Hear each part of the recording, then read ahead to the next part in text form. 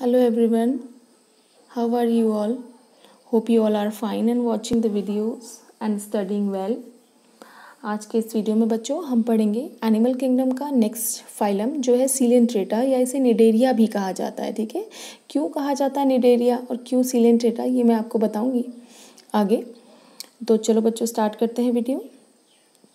Coelenterata का जो मैंने यहाँ पे लिखा है आप देख रहे होंगे। सील मतलब cavity, enter intestine and Etah group मतलब इंटेस्टाइन यहाँ पे एक कैविटी लाइक इंटेस्टाइन है। ठीक हो गया, यहाँ पे जो इंटेस्टाइन है वो एक कैविटी लाइक है, यानी कि यहाँ सीलेंट्रॉन नामक एक गुहा पाई जाती है। सीलेंट्रॉन जिसको कि गैस्ट्रोवेस्कुलर कैविटी कहते हैं। ठीक है, गैस्ट्रोवेस्कुलर कैविटी एक पाई जा रही है, गुहा पाई जा रही है इनकी बॉडी में, सीलेंट्रेटा की बॉडी में, जिसे कि सीलेंट्रॉन कहा जाता है। ठीक है, और इसीलिए इनका नाम पड़ा सीलेंट्रेटा इस ग्रुप का। और दूसरा नाम है निडेरिया, निडेरिया भी इसको कहते हैं, सीलेंट्रेटा या निडेरिया। ठीक है, तो निडेरिया का मतलब है इनमें स्पेशल सेल्स पाई जाती हैं जिन्हें निडोब्लास्ट कहते हैं। स्टिंगिंग सेल्स होती हैं, स्टिंगिंग सेल्स मतलब कि ये दंश कोशिकाएं हिंदी में जिन्हें आप कह सकते हैं, दंश कोशिकाएं या निडोब्लास्ट इनमें पाई जाती हैं, इसीलिए इनका नाम निडेरिया भी इस ग्रुप को हम बोलते हैं। ठीक है बच्चों, तो चलो स्टार्ट करते हैं। तो पहला कैरेक्टरिस्टिक फीचर तो यही हो गया कि इनमें एक सेंट्रल कैविटी बॉडी में पाई जाती है जिसको कि हम क्या कहते हैं, सीलेंट्रॉन या गैस्ट्रोवेस्कुलर कैविटी कहते हैं, जो कि डाइजेशन में या फूड के सर्कुलेशन में हेल्प करती है। ठीक, अगला जो कैरेक्टरिस्टिक फीचर है बच्चों, इनमें उतक स्तर का संगठन पाया जाता है। अभी तक हमने जो पोरीफेरा संघ पढ़ा था, पोरीफेरा संघ एकमात्र एक ऐसा संघ है जहाँ की कोशिकीय स्तर का संगठन है, बट यहाँ से अब ये जो सीलेंट्रेटा है यहाँ पे उतक स्तर का संगठन, टिश्यू लेवल ऑफ ऑर्गेनाइजेशन पाया जाता है, यानी कि कोशिकाएं ऑर्गेनाइज होकर के उतकों में कन्वर्ट हो चुकी हैं। बॉडी इज बायलेटरली सिमेट्रिकल, अब ये नॉट बायलेटरली, अरीय सममिति यहाँ पाई जाती है, रेडियली सिमेट्रिकल बॉडी इनकी होती है। ठीक हो गया, नेक्स्ट है डिप्लोब्लास्टिक एनिमल्स होते हैं। ठीक है, डिप्लोब्लास्टिक जिनमें कि 2 लेयर्स, अडल्ट एनिमल में 2 लेयर्स ऑफ सेल्स पाई जाती हैं। आउटर मोस्ट होती है एपिडर्मिस और आंतरिक होती है गैस्ट्रोडर्मिस। ठीक है, बाह्य कोशिकाएं एपिडर्मिस की, आंतरिक कोशिकाएं गैस्ट्रोडर्मिस की।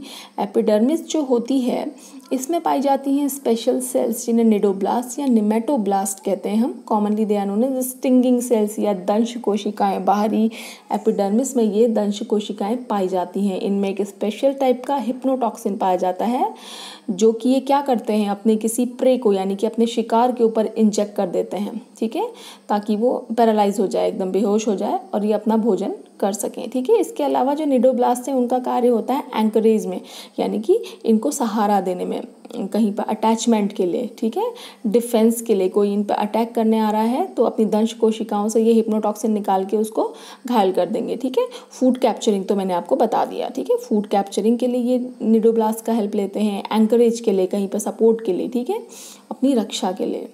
ठीक है बच्चों, तो निडोब्लास्ट या निमेटोब्लास्ट या स्टिंगिंग सेल्स इनका एक मुख्य लक्षण है किसका, सीलेंट्रेट्स का।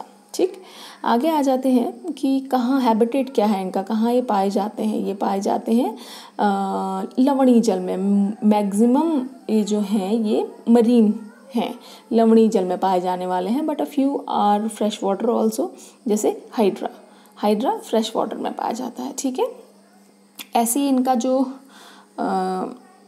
रहने का तरीका है, अधिकांश ये कॉलोनियल होते हैं, मतलब कॉलोनी बना के रहते हैं, अकेले नहीं रहते हैं, कॉलोनियल होते हैं। But a few are sessile, मतलब अकेले भी रहते हैं। ठीक है, हाइड्रा जैसे है अकेले रहता है, कॉलोनी में नहीं रहता। जेलीफिश है, सी एनीमोन है, ये जो है अकेले रहते हैं, ये साथ में नहीं रहते, कॉलोनी बना के नहीं रहते बच्चों। सॉलिटरी ये होते हैं। ठीक है, कॉलोनियल एंड सॉलिटरी।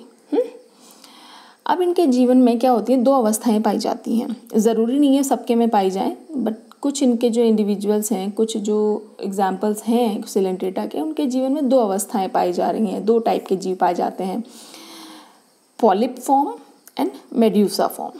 ठीक है, पॉलिप अवस्था क्या होती है, पॉलिप अवस्था होती है जो कि सेसाइल रहती है। सेसाइल मतलब कि मूवमेंट इसमें नहीं होगा। ठीक है, सिलेंड्रिकल ऐसा शेप इसका रहता है। ठीक है, सेसाइल अवस्था ये कहलाती है। और दूसरी जो होती है वो कहलाती है मेड्यूसा। मेड्यूसा मूविंग अवस्था है, फ्री स्विमिंग अवस्था है, ठीक है, अम्ब्रेला शेप्ड की ये रहती है। ये जो मेड्यूसा फेज़ है ये रिप्रोडक्टिव होती है, यानी कि इसमें जनन होगा, इस अवस्था में जनन होता है, ठीक है। एग्जाम्पल इसका है जेलीफिश। जेलीफिश का आप देख रहे हैं इस तरीके का शेप होता है, मेड्यूसा फॉर्म होता है, ठीक है। और हाइड्रा एग्जाम्पल है किसका, पॉलिप का, ठीक है। तो कई जीवों में क्या होता है, पॉलिप फॉर्म से मेड्यूसा फॉर्म बनती है, मेड्यूसा फॉर्म से पॉलिप फॉर्म बनती है। तो पॉलिप फॉर्म से जो मेड्यूसा फॉर्म बनेगी वो बनेगी अलैंगिक जनन द्वारा, क्योंकि इससे अलैंगिक जनन द्वारा बनेगी, और इससे मेड्यूसा से पॉलिप फॉर्म जो बनेगी वो बनेगी जनन के द्वारा, लैंगिक जनन के द्वारा, ठीक है।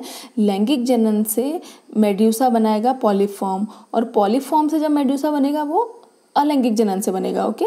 तो इस तरीके से पॉलिप से मेड्यूसा और मेड्यूसा से पॉलिप फॉर्म का बनना, ये जो प्रोसेस है ये मेटाजेनेसिस कहलाता है, ठीक है। क्या कहलाता है, मेटाजेनेसिस कहलाता है। और ये होता है ओबेलिया, एक ऑर्गेनिज्म है जो सिलेंट्रेट है, ओबेलिया में ये पाया जाता है, ठीक है।